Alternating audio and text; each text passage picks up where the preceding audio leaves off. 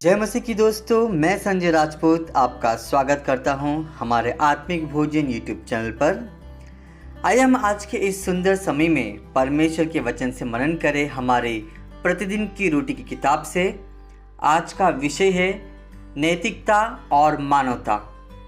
याकूब 4 अध्याय का 14 पद कहता है, और यह नहीं जानते कि कल क्या होगा, सुन तो लो, तुम्हारा जीवन है ही क्या।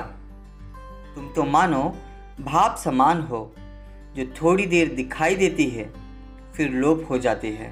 इस समय हम वचन को गहराई से जानने के लिए एक छोटी सी कहानी की ओर बढ़ते हैं। ये कहानी रोमन साम्राज्य की है।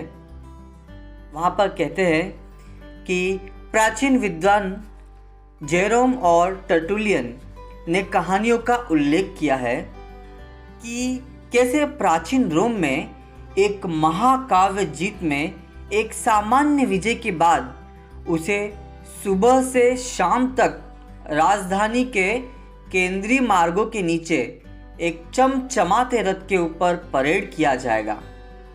भीड़ दहाड़ती होगी। जनरल अपने जीवन के सबसे बड़े सम्मान में रहस्योद्घाट करते हुए आराधना में डूब जाएगा।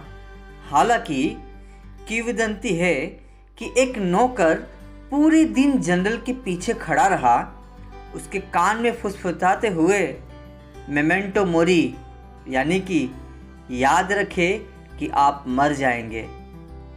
सभी प्रशंसाओं के बीच सामान्य को उस विनम्रता की सख्त जरूरत थी, जो यह याद करने के साथ कि वह नश्वर था। जेम्स ने एक ऐसे समुदाय को लिखा जो अभिमानी, इच्छाओं और आत्मनिर्भरता की भावना से ग्रस्त था।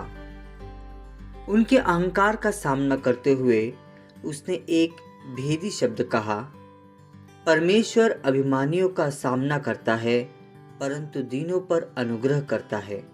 याकूब 4 अध्याय 6वां पद। उन्हें प्रभु के सामने अपने आप को दीन करने की आवश्यकता थी, और वे इस विनम्रता को कैसे अपनाएंगे।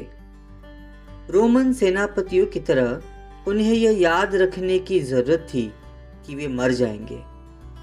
आप यह भी नहीं जानते कि कल क्या होगा। जेम्स ने जोर देकर कहा, तू धुंध है जो थोड़ी देर दिखाई देती है और फिर मिट जाती है। और उनकी कमजोरियों ने उन्हें अपने स्वयं से लुप्त होते प्रयासों के बजाय प्रभु की इच्छा की दृढ़ता के तहत जीने के लिए मुक्त कर दिया। जब हम भूल जाते हैं कि हमारे दिन गिने चुने हैं तो यह गर्व का कारण बन सकता है, लेकिन जब हम अपनी नश्वरता से विनम्र होते हैं तो हम हर सांस और हर पल को अनुग्रह के रूप में देखते हैं। स्मृति चिन्ह मोरी। आइए हम विचार करें, रोमन जनरलों की यह कहानी और मेमेंटो मोरी वाक्यांश आपसे क्या कहता है? आपको अपनी मृत्यु दर को याद रखने की आवश्यकता क्यों है?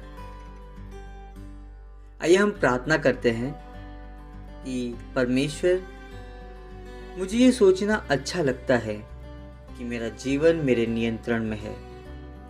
मैं कभी कभी ऐसा अभिनय करता हूँ जैसे मैं हमेशा के लिए जीवित रहूँगा। मैं विनम्र, मुझे केवल आप में जीवन खोजने में मदद करें।